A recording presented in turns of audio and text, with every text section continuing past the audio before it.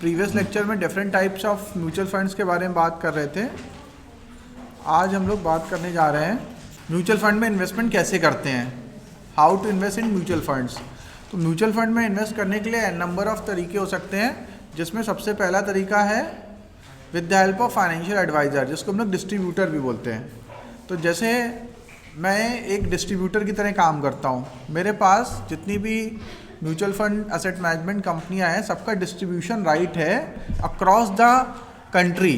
तो मैं हर एक म्यूचुअल फंड कंपनी का म्यूचुअल फंड इंडिया में, इवन एनआरआई भी अगर कोई है, कोई बाहर भी रहता है, अब्रॉड में रहता है, तो उसको मैं इंडियन कंपनी का म्यूचुअल फंड सेल कर सकता हूँ। मेरे पास डिस्ट्रीब्यूशन के राइट्स हैं, ठीक है। तो जो फाइनेंशियल कंसल्टेंट या एडवाइज़र होते हैं, वो सबसे पहले जो भी इन्वेस्टर होता है, जो उसका क्लाइंट होता है, उसकी रिस्क प्रोफाइलिंग करता है। तो म्यूचुअल फंड डिस्ट्रीब्यूटर या फाइनेंशियल एडवाइज़र क्या करता है, रिस्क प्रोफाइलिंग करता है इन्वेस्टर की। उसका ये असेस करता है कि इसका रिस्क एपेटाइट कितना है। जैसे फॉर एग्जांपल कोई 60 इयर्स का है, रिटायर हुआ है, रिटायरमेंट में उसको कॉर्पस मिला है। अब 60 साल के में अगर वो रिटायर हो गया तो लाइफ तो अभी 30-40 साल और बची हुई है। क्या पता वो 90 साल तक जिएगा कि 100 साल तक जिएगा कि 70 साल तक जिएगा, वो नहीं पता है। तो जितना पैसा उसको मिला है, अब उसी पैसे से उसको इस तरह से इन्वेस्टमेंट करना है कि बाकी सारी लाइफ के लिए उसको अर्निंग, मंथली अर्निंग आती रहे। तो उसका रिस्क एपेटाइट थोड़ा डिफरेंट होगा।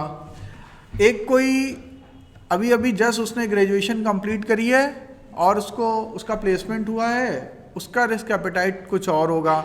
मतलब जो यंग एज का है वो अपना सारा पैसा इक्विटीज़ में लगा सकता है, वो एग्रेसिव फंड्स में इन्वेस्ट कर सकता है, वो micro cap small cap stocks में इन्वेस्ट कर सकता है, micro cap small cap shares में इन्वेस्ट कर सकता है, म्यूचुअल फंड्स में कर सकता है, एग्रेसिव प्ले कर सकता है। लेकिन जो 60 साल का है या 50 साल का है या 45 साल का है, वो उसका रिस्क एपेटाइट कंपैरेटिवली थोड़ा कम होगा।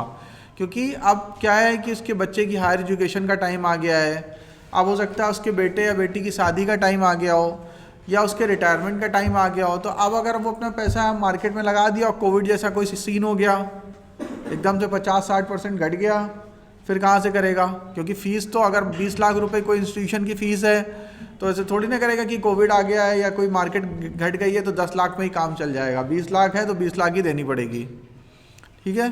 तो यानी कि फाइनेंशियल एडवाइज़र क्या करते हैं, पहले इन्वेस्टर का पूरा एनालिसिस करते हैं, उसके बाद वो उसको फाइनेंशियल प्रोडक्ट सजेस्ट करते हैं।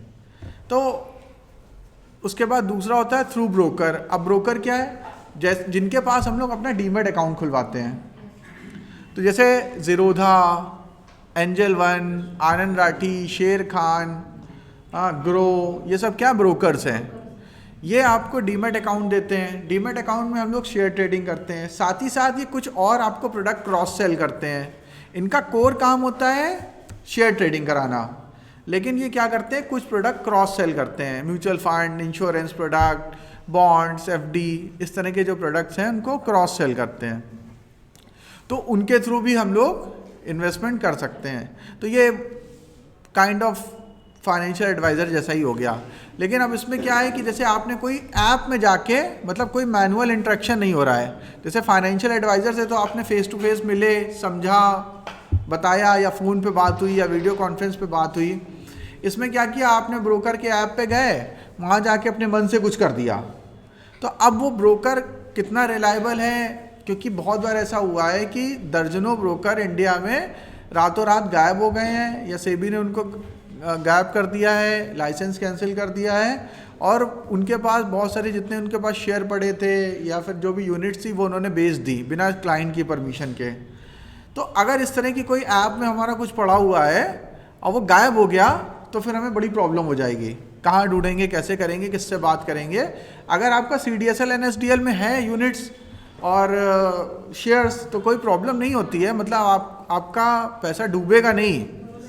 लेकिन स्टिल आपको बड़ा प्रॉब्लम होगा, क्योंकि किसी को आप जानते नहीं हैं और उनका ऐप वैसे ही गायब हो चुका है। अब कौन फर्दर क्या देखेगा, तो दिक्कत का काम है। बैंक्स में क्या प्रॉब्लम होती है कि जब आप बैंक के थ्रू कराते हैं, तो जो बैंकर होता है वो स्पेशलाइज्ड होता है बैंकिंग सर्विसेज के लिए। जनरली क्या होता है कि अगर हम किसी बैंकर से कोई फाइनेंशियल प्रोडक्ट परचेज कर लेते हैं तो पहली बात तो उसको पूरी इन्फॉर्मेशन नहीं होती। जैसे एक मेरे क्लाइंट थे कनोडिया जी, काफ़ी बुजुर्ग थे, तो वो उनका किसी एक प्राइवेट बैंक में बड़ा अच्छा अकाउंट था, उनके पास वेल्थ भी थी, करोड़ों के शेयर थे, सेविंग अकाउंट में बहुत पैसा रहता था। तो वहाँ पे एक रिलेशनशिप मैनेजर थी लड़की बैंक में, तो उसने कहा कि सर आप इन्वेस्टमेंट कर दीजिए। तो उसको इस तरह से बताया गया और उन्होंने ये समझा कि ये कोई म्यूचुअल फंड स्कीम है कि इसमें ये फंड में पैसे लगाने हैं, ये करना है, तो उन्होंने चेक काट के दे दी। बाद में 6-7 महीने बाद उनको पता चला कि वो एक इंश्योरेंस पॉलिसी कर दी थी उसने 20 साल की, और उनकी एज ही थी 70+। ठीक है, तो वो मिस सेल हो गया। अब वो परेशान हो रहे हैं लेकिन वो पैसा उनका वापस नहीं मिला। कुल मिला के वो गड़बड़ हो गया मामला। और जिसमें उसने क्या किया था कि नॉमिनी की जगह, अब क्योंकि उनकी एज ज़्यादा थी तो उनके नाम से हो नहीं सकती थी, तो उसने किसी फैमिली मेम्बर के नाम पे करके उनको वो बना दिया कि आप पेमेंट कर रहे हैं और पॉलिसी किसी और की हुई। तो इस तरह से मतलब कुल मिला के फ्रॉड हुआ उनके साथ। तो इसलिए बैंकर के साथ प्रॉब्लम क्या होती है, उसको पूरी जानकारी होती नहीं है। दूसरा क्या कि उसका ट्रांसफरेबल जॉब होता है, कभी इस ब्रांच में कभी उस ब्रांच में, कभी ये जॉब अब प्राइवेट जॉब है, कभी इस बैंक से छोड़ के कोई ICICI बैंक में, फिर यस बैंक में चला गया, फिर वो HDFC में चला गया, फिर इंडसइंड में चला गया, पता नहीं चला कुछ भी। लेकिन अगर जो फाइनेंशियल कंसल्टेंट होते हैं वो जनरली लाइफ लॉन्ग यही काम करते हैं। अब जैसे कि मैं अगर फाइनेंशियल कंसल्टेंट का काम कर रहा हूँ तो इवन एक बार मैं टीचिंग बंद कर दूंगा एक सर्टेन एज के बाद, सर्टेन टाइम के बाद, लेकिन मैं पोर्टफोलियो मैनेजमेंट का काम पूरी लाइफ में नहीं ख़त्म करूँगा, मरते दम तक ये करना है। तो लाइफ लॉन्ग सर्विस मिलती है, और जो लोग ये काम करते हैं उनके पास बहुत पुराना बहुत अच्छा एक्सपीरियंस होता है। तो अगर जिस तरह से फैमिली डॉक्टर आपके पर्सनल हेल्थ के लिए बहुत इंपॉर्टेंट है, उसी तरह से फाइनेंशियल कंसल्टेंट आपकी फाइनेंशियल हेल्थ के लिए बहुत ज़रूरी है। और इसमें भी एक प्रॉब्लम ये आती है कि जब आप फाइनेंशियल कंसल्टेंट से सलाह लेते हैं तो कभी कभी ऐसा होता है कि कुछ झोला छाप डॉक्टर भी मिल जाते हैं। तो झोला छाप डॉक्टर बहुत खतरनाक है। मतलब वो इससे बेटर ये है कि आप खुद ही अपना ऑपरेशन कर लें। ठीक है, मतलब खुद ही अपना ऑपरेशन करने का सेंस ये है कि खुद आप अपने आप इन्वेस्टमेंट कर दें। कोई झोला छाप डॉक्टर अगर आपको मिल गया, यानी कि झोला छाप डॉक्टर का मतलब ये कि कोई ऐसा फाइनेंशियल कंसल्टेंट मिल गया जिसको नॉलेज नहीं है अप्रोप्रिएट, तो वो भी आपके लिए फाइनेंशियल डिजास्टर क्रिएट कर देगा। ऐसे ऐसी जगह पैसा लगा देगा जहाँ पे आपको बहुत नुकसान होगा। हाँ, फाइनेंशियल एडवाइज़र मर गया तो फिर जैसे नहीं, जिसने पैसे लगाया उसको भी पता है, और उसका एक नॉमिनी भी होता है। कोई फैमिली डॉक्टर है, उससे हमने इलाज करा रहे हैं, अब डॉक्टर मर गया तो दूसरा डॉक्टर इलाज करेगा। ठीक है, आपको प्रिस्क्रिप्शन तो है ना आपके पास, आपको पता है ये दवाइयाँ चल रही, ये मेरी फाइल है, वो फाइल उठा के किसी दूसरे डॉक्टर को दे दीजिए, फिर वो आपका इलाज कंटिन्यू कर देगा। ठीक है, तो अब वो भी मर जाए तो तीसरे के पास चले जाओ। दुनिया के सारे डॉक्टर नहीं मरेंगे। क्या पता चलेगा कि मतलब ये झोला छाप डॉक्टर है कि MBBS डॉक्टर है।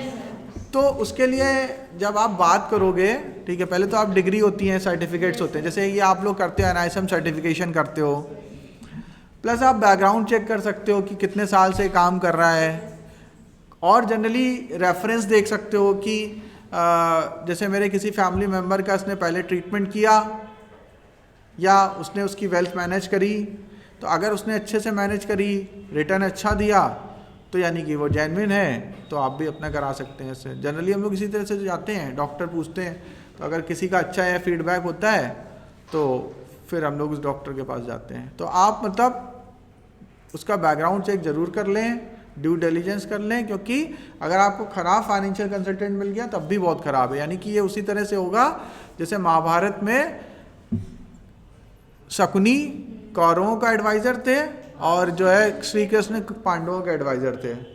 तो अगर आपके पास कृष्ण जैसा अच्छा एडवाइज़र है तो आप हार रहे होंगे तब भी आप मैच जीत जाएंगे, और अगर आपके पास बहुत बड़ी सेना है, बहुत पैसे हैं, बहुत कुछ है, अगर कोई शकुनी टाइप का एडवाइज़र मिल गया तो सब मरवा देगा, सब कुछ ख़त्म कर देगा। ठीक है, तो ये आपको ध्यान रखना है कि आपको फाइनेंशियल कंसल्टेंट अच्छा चूज़ करना है। बैंकर के थ्रू जनरली नहीं जाना है, ब्रोकर के थ्रू आप तब जाएंगे जब आपको खुद ही में कॉन्फिडेंस होगा, आपको खुद आता होगा। ठीक है, वैसे वो भी अवॉइड ही करिए। तीसरा है MF ऑनलाइन। तो ये एक अच्छा तरीका हो सकता है कि आप उसी कंपनी की वेबसाइट पे जाके लॉगिन करके अपना करें, लेकिन ये तब फिजिबल है तब करना अच्छा रहेगा जब आपको नॉलेज है। जैसे आपने अच्छे से पढ़ाई लिखाई कर रखी है, सब कुछ आपको पता है, तो आप सीधे कंपनी की वेबसाइट पे जाइए, किसी ऐप के थ्रू, किसी थर्ड पार्टी ऐप से मत जाइए, ठीक है। आप सीधे कंपनी की वेबसाइट पे जाइए, वहाँ पे जाके इन्वेस्टमेंट करिए। लेकिन ये उसी तरह से होगा कि जैसे आपने खुद ही अपना इलाज करना है। मतलब आपको बुखार जुकाम हो गया तो आप मेडिकल स्टोर पे गए, आपने कहा कि मुझे सिप्ला दे दो, मुझे ये डॉक्टर रेड्डीज़ की दवा दे दो, मुझे सन फार्मा की दवा दे दो, आपको सब पता है, आपने फार्मूला लिया, खा लिया। लेकिन अगर आपको नहीं पता है या आपके पास इतनी अच्छी नॉलेज नहीं है, तो फिर ये होगा कि डॉक्टर की सलाह से ही दवा खानी चाहिए, ठीक है। वो अब आपकी मर्जी कि आपको खुद का अपना इलाज करना है या डॉक्टर की सलाह से करना है। तो अगर आपको लग रहा है कि डॉक्टर की सलाह से करना है तो कोई फाइनेंशियल डिस्ट्रीब्यूटर या फाइनेंशियल कंसल्टेंट के थ्रू जाएं। अगर आपको लगता है कि नहीं मुझे पता है सब कुछ, कौन दवा क्या काम करती है, मैं अपना इलाज कर सकता हूँ, तो आप फिर MF ऑनलाइन के थ्रू करें, ठीक है। थर्ड पार्टी ऐप को अवॉइड करें और साथ ही साथ बैंकर्स को भी अवॉइड करें। बैंकर्स खाली अपना टारगेट पूरा करने आते हैं, वो चले जाते हैं, उनको कुछ भी नहीं पता होता है कौन सा प्रोडक्ट दे देंगे, क्योंकि उनकी एक्सपर्टीज़ दूसरी होती है। आपको शेयर ट्रेडिंग करने के लिए तो आपको डीमेट अकाउंट खुलवाना ही पड़ेगा। लेकिन अगर आपको म्यूचुअल फंड, हम लोग यहाँ पे बात कर रहे हैं how to invest in mutual funds, ठीक है। तो म्यूचुअल फंड में इन्वेस्टमेंट की बात करें तो म्यूचुअल फंड में इन्वेस्टमेंट करने के लिए आपको डीमेट अकाउंट की ज़रूरत नहीं है। आप सीधे बिना डीमेट अकाउंट के भी इन्वेस्टमेंट कर सकते हैं, ठीक है। KYC होनी चाहिए आपके पास, तो KYC आपका फाइनेंशियल डिस्ट्रीब्यूटर बना देगा। उसके बाद बेनिफिट और रिस्क क्या होते हैं म्यूचुअल फंड में इन्वेस्टमेंट करने के। नो डाउट बाकी सारे प्रोडक्ट में जिस तरह से रिस्क होता है इसमें भी रिस्क होता है, लेकिन रिस्क रिवॉर्ड रेशियो अगर हम कंपेयर करेंगे तो फेवरेबल होता है। यानी कि रिस्क क्या होता है, फंड मैनेजर रिस्क, मतलब कि जैसे इसने कहा कि अगर फंड मैनेजर ही मर गया, तो अब कोई एक बंदा है जो बहुत अच्छे से कोई स्कीम मैनेज कर रहा है, अब उसने जॉब छोड़ दी या वो मर गया, तो ये एक रिस्क हो सकता है। लेकिन क्योंकि बहुत बड़ी कंपनी होती है, AMC बहुत होती है, और वहाँ एक ही फंड मैनेजर नहीं होता है, दर्जनों फंड मैनेजर होते हैं, तो उसको कोई दूसरा रिप्लेस कर देता है। मार्केट रिस्क क्या है, मतलब कभी मार्केट तेज होती है, कभी डाउन होती है, कभी आपका रिटर्न अच्छा आएगा, कभी खराब आएगा, तो मार्केट में वोलेटिलिटी रहती है। लेकिन मैंने उसको बताया कि इससे बचने के लिए आप क्या कर सकते हैं, अगर आप कंजर्वेटिव इन्वेस्टर हैं, आपको मार्केट की वोलेटिलिटी से डर लगता है, तो आपको क्या करना है, किस मेथड से इन्वेस्टमेंट करना है, SIP के थ्रू करना है। क्योंकि SIP में क्या है, जितना ज़्यादा मार्केट वोलेटाइल होगा उतना ही आपका रिटर्न मैक्सिमाइज होगा, ठीक है। तो अगर कोई मार्केट वोलेटिलिटी से डरता है तो उसको SIP के थ्रू इन्वेस्ट करना चाहिए।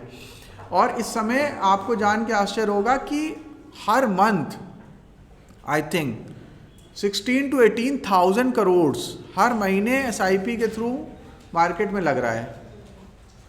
और ये अभी 1 साल 1.5 साल पहले 8,000 करोड़ था, मतलब डबल हो गया 1 साल में। वही बात है कि मतलब 30-40 साल में यहाँ तक पहुँचे और उसके बाद 1 ही 2-3 साल में वो डबल से ज़्यादा हो गया। जितना फासला 30 साल में तय किया, 25 साल में तय किया, उतना 1-2 साल में कर लिया। तो इस समय क्योंकि बहुत ज़्यादा पैसा SIP के थ्रू मार्केट में लग रहा है, इसलिए बहुत ज़्यादा मार्केट में फ्लक्चुएट नहीं हो रहा है। पहले क्या होता था, FII मार्केट में, FII मतलब फॉरेन इन्वेस्टर, जो विदेशी लोग होते हैं, वो मार्केट में आते थे, अगर अपने शेयर बेचते थे तो हमारा मार्केट क्रैश कर जाता था। अभी क्या है, हमारा मार्केट सेल्फ सस्टेनेबल हो गया है, अपने पैरों पे खड़ा हो गया है। और वो जब भी मार्केट में कोई करेक्शन बहुत ज़्यादा आता नहीं है, क्योंकि यहाँ के जो DIIs हैं और यहाँ के रिटेल इन्वेस्टर हैं वो उसको एब्जॉर्ब कर लेते हैं। जैसे वो लोग बेचते हैं, अगर आप पूरा डेटा निकालेंगे FII DIIs का, तो आप देखेंगे कि जब FII सेल कर रहे हैं तो DIIs बाई करेंगे, ठीक है, ऐसा होता है। तो जितना भी वो बेचते हैं उसको एब्जॉर्ब कर लेते हैं हम लोग। पहले हमारे पास पैसा नहीं था, इकोनॉमिकली बहुत वीक कंट्री थी, तो हम लोग जब वो माल बेचते थे तो एकदम फ्री फॉल होता था मार्केट। अब 18,000 करोड़ तो खाली रिटेल इन्वेस्टर, रिटेल मतलब जो छोटे लोग 1,000, 2,000, 5,000 रुपये जमा कर रहे हैं, जिसमें एवरेज SIP साइज मेरे ख्याल से 2-2,500 ही है। एवरेज SIP का जो साइज़ है अभी भी इंडिया में 2-3 हज़ार के अंदर ही है, 2 से 3 हज़ार के बीच में ही होगा। मतलब छोटे निवेशक ही 18,000 करोड़ रुपए डाल रहे हैं मार्केट में हर महीने, जो कि बहुत बड़ी रकम है। हाँ, उसका NAV भी चेंज होता है, मार्केट बढ़ा तो NAV बढ़ा, मार्केट घटा तो NAV घटा, चेंज होगा। मार्केट के साथ ही वो फ्लक्चुएट करता है। तो पहली बात क्या इसमें एडवांटेज क्या है कि एक रेगुलेटर है जिसका नाम है सेबी, बहुत बहुत तगड़ा रेगुलेटर है। वो जरा सी बात पे चेक करता है, कोई गड़बड़ करता है तुरंत उसके खिलाफ एक्शन ले लेता है। तो सेबी एक रेगुलेटर है जो कि छोटे निवेशकों की हितों की रक्षा करता है। और इसी वजह से म्यूचुअल फंड एक ऐसा प्रोडक्ट बन गया है जिसकी कॉस्ट बहुत कम है।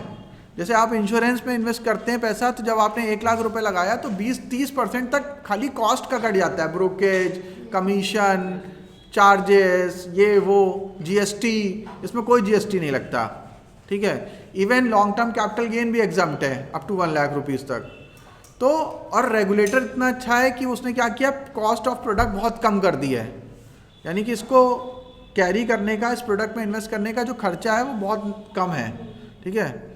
ट्रांसपेरेंसी मैक्सिमम है, आपको ये पता चलेगा कि कौन सा पैसा किस शेयर में लगाए, किस कंपनी में लगाए, जितना पैसा हमने लगाया कितने % किस कंपनी में लगाए, हर एक चीज़ आपको डेली आपको रेट पता चलेंगे, डेली एनएवी पता चलेगी।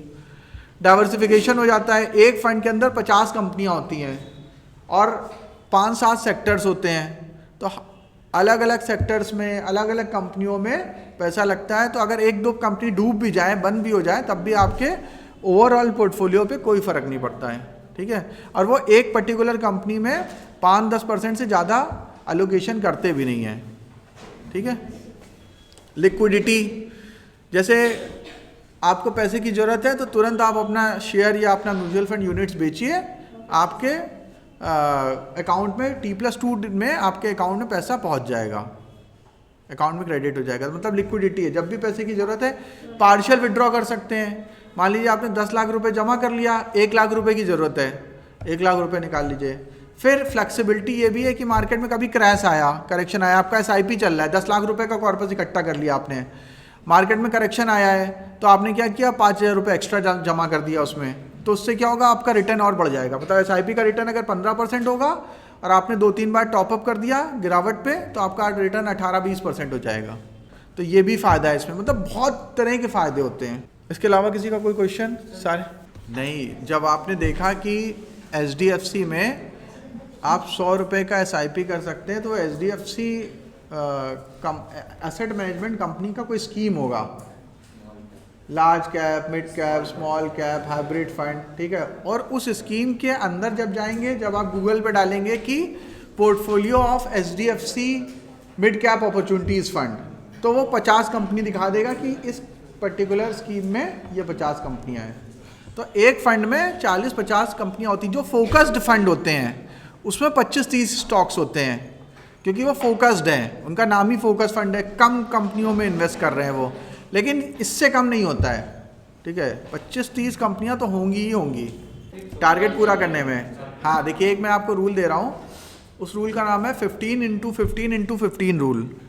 इस रूल में क्या होता है, 15x15x15 रूल, मैंने इसके ऊपर शॉर्ट भी बनाया है। इस रूल में क्या होता है, अगर आप 15,000 रुपये 15 साल तक इन्वेस्ट करें, पहला 15 क्या है, रुपीज़, दूसरा 15 क्या है, ईयर्स, और आपको 15% का रिटर्न मिले, तीसरा 15 है रिटर्न, तो आपका कॉर्पस 1 करोड़ रुपए हो जाएगा। अब अगर कोई कह रहा है कि नहीं मुझे 7,500 रुपये इन्वेस्ट करने हैं महीने, तो आपका भाई टेन्योर ज़्यादा हो जाएगा। अब कोई कह रहा है मुझे 30,000 रुपये इन्वेस्ट करने हैं महीने का, तो 15 साल में कितना पैसा इकट्ठा कर लेगा वो, 2 करोड़ इकट्ठा कर लेगा। कोई कह रहा है मुझे 45,000 रुपये इन्वेस्ट करने हैं हर महीने, तो वो 15 साल में 3 करोड़ रुपये इकट्ठा कर लेगा। ये है, ठीक है। तो मतलब अगर आप पैसा ज़्यादा बढ़ाएंगे तो ज़्यादा रिटर्न बनेगा, मतलब कॉर्पस बड़ा हो जाएगा, परसेंटेज टर्म्स में रिटर्न बराबर बनेगा, चाहे आप 100 रुपये लगाएं महीने का, चाहे 1 लाख लगाएं। लेकिन जब अगर आप ज़्यादा पैसा लगाएंगे तो कॉर्पस बड़ा होगा। नहीं, फिक्स नहीं रहता है, आपकी मर्जी है आपको कब तक चलाना है। आप अपना गोल खुद अपने हिसाब से डिसाइड करिए। जैसे फॉर एग्जांपल अभी आप कितने साल के हैं, अगर आप 20 ईयर्स के हैं तो आपने कहा कि मुझे 15 साल में फाइनेंशियल फ्रीडम अचीव करनी है, 15 साल में मुझे नौकरी नहीं करनी, अब बस अभी से काम करना शुरू करेंगे 21 साल से, बस 15 साल काम करेंगे, उसके बाद फिर मज़े करेंगे पूरी लाइफ, ठीक है।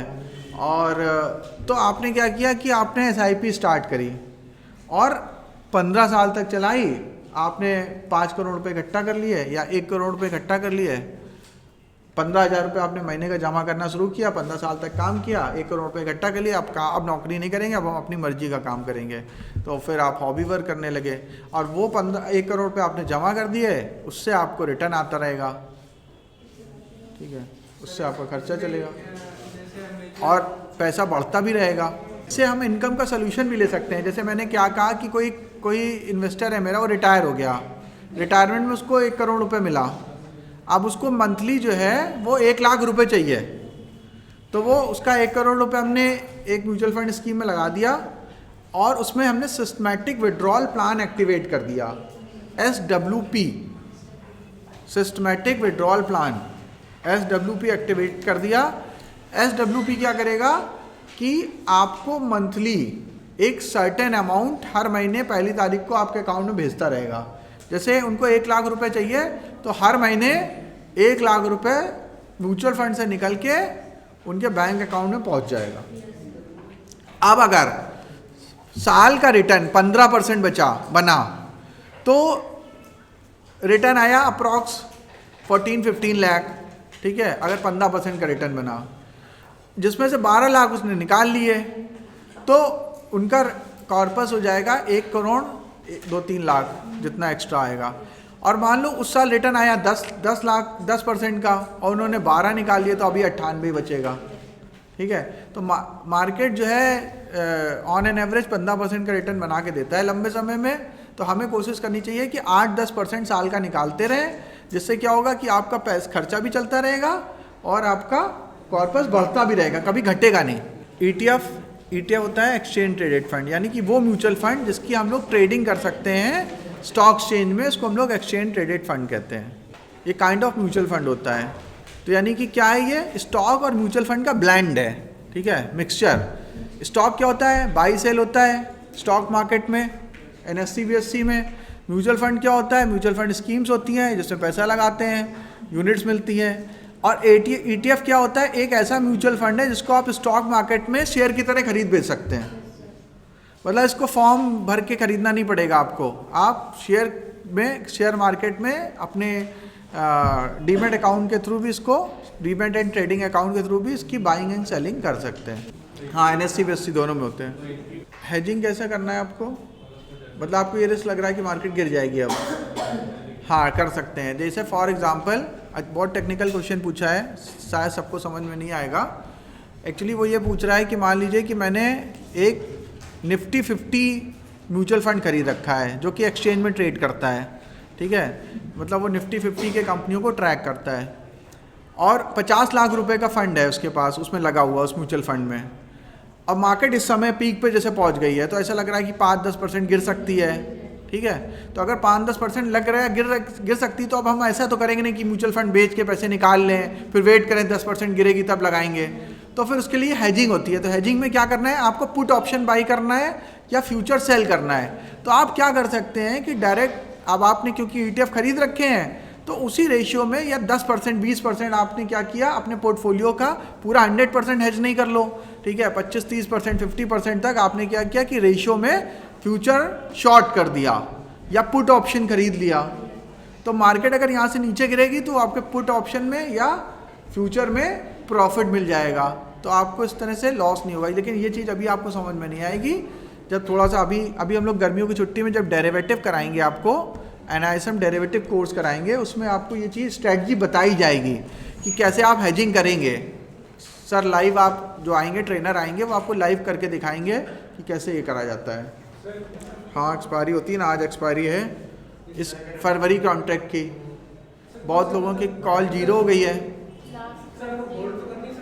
नहीं होल्ड कर सकते हैं, एक्सपायर हो जाएगी उसकी सर्टेन। शेयर को आप लंबे समय तक होल्ड कर सकते हैं, ETF को, exchange traded fund, mutual fund को आप होल्ड कर सकते हैं, लेकिन फ्यूचर एंड ऑप्शन की एक सर्टेन एक्सपायरी होती है, वो उस तारीख तक आपको उसको स्क्वायर ऑफ करना होगा, नहीं तो वो खुद ही कट जाता है एक्सचेंज से, ठीक है, जाइए, थैंक यू।